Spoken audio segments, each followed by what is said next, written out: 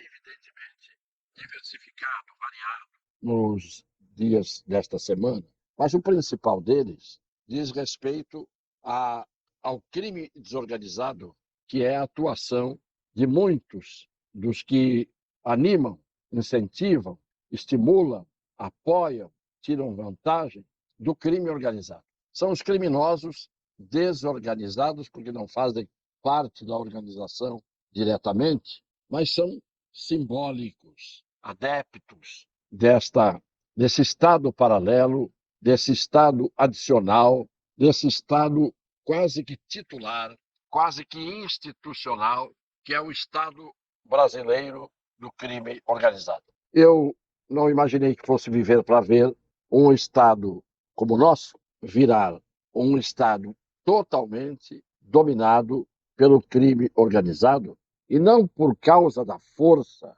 empregada pelas organizações criminosas, mas principalmente o crescimento, a dominação hegemônica do crime organizado é fruto, antes de nada mais, das omissões e até mesmo das ações de uma parte dos que exercem o poder no Estado brasileiro. Muita gente criou condições, cada qual com seus interesses, para o crime organizado chegar onde chegou.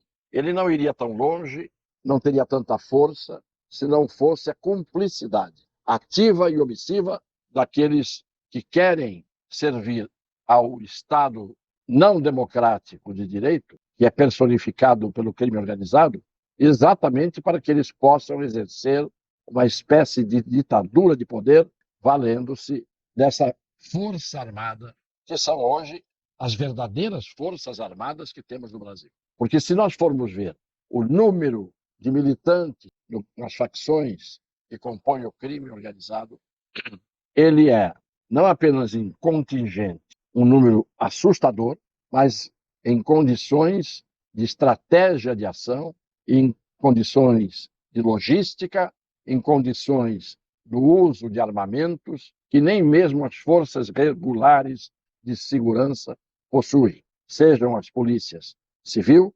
militar, federal e até mesmo as forças de segurança privadas. O crime organizado tem hoje armamentos bélicos e tem hoje o incentivo que é promovido para que eles ajam, eles, os militantes do crime organizado, sem temor de qualquer tipo de repressão, sem que haja prevenção contra as suas ações.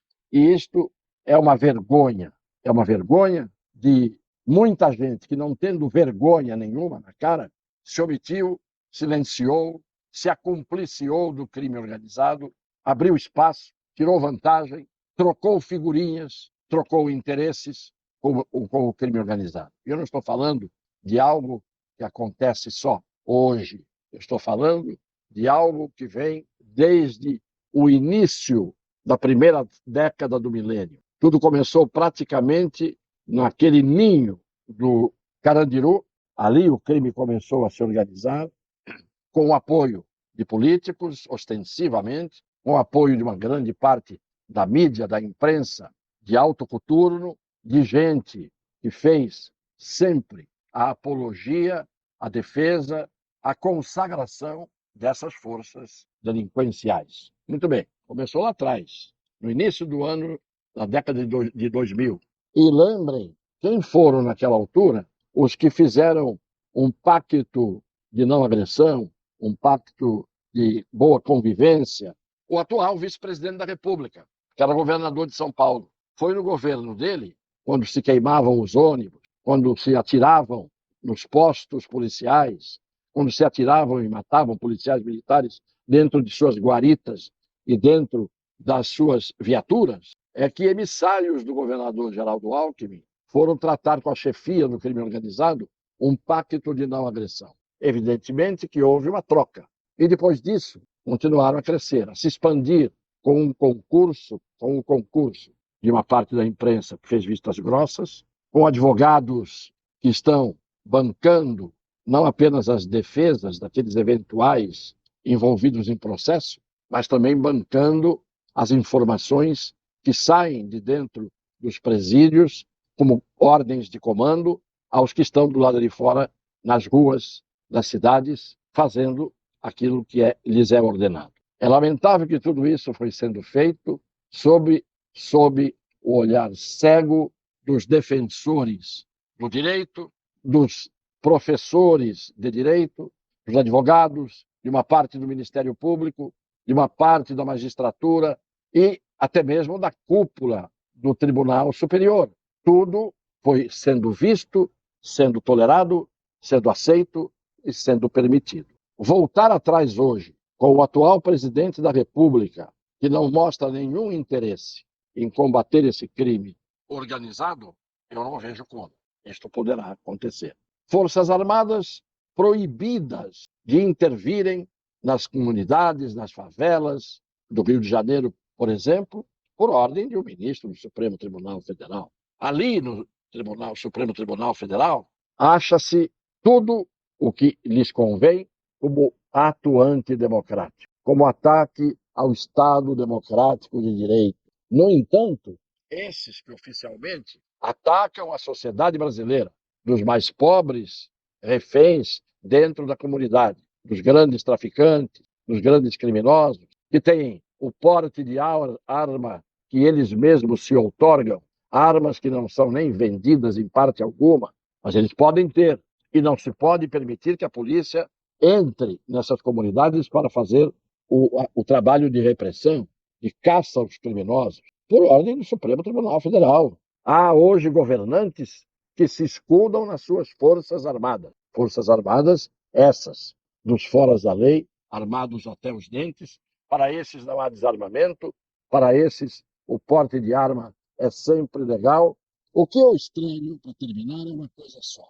Esses ministros que viram e veem atos antidemocráticos, atentatórios ao Estado de Direito e atitudes de quem exerce a liberdade de expressão ou de quem faz cócegas no poder, esses ficam presos e sendo soltos, libertados aos poucos, sob acusação nenhuma. Que é feita uma triagem no Brasil, que aqueles atos do dia 8 de janeiro, há uma triagem que é feita dentro dos presídios, onde as pessoas são confinadas sem saber porque estão ali, muitas e muitas delas prisioneiras. Isto é uma coisa que, eu repito, é uma vergonha, é uma ignomínia contra os que praticam esses atos permissivos em relação ao abuso de poder. E até hoje não se quer apurar exatamente quem fez o quê naquele dia 8 de janeiro. Mas ninguém quer saber de ir lá na comunidade A, B ou C, onde se obisia, onde se hospeda, onde se estabelece cada facção.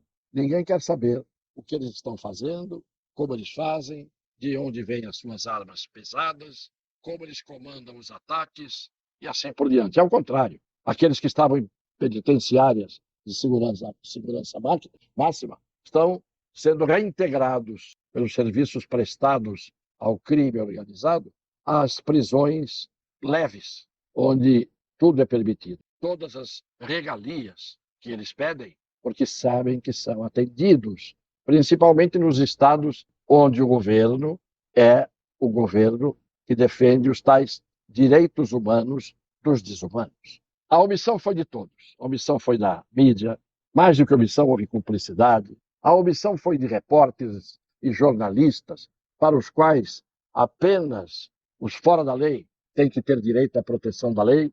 Muita gente, muitos governantes, muitos primeiro, segundo e terceiro escalões atuaram, muitos pronunciamentos que são feitos estimulam. Nós estamos vendo aí o salve-se quem puder, com as invasões, com o crime imperando, e todos nós somos os bandidos. Nós somos os bandidos. Nós não podemos nos defender em causa própria e nem em favor dos nossos entes queridos. Nós não podemos. Nós podemos ter, quando muito, um estilingue escondido e bem escondido, porque senão seremos, se apanhados com um estilingue na mão, seremos presos por porte ilegal de arma. É isso. Mais do que isso, é chover no molhado. Um beijo no coração das pessoas de boa fé.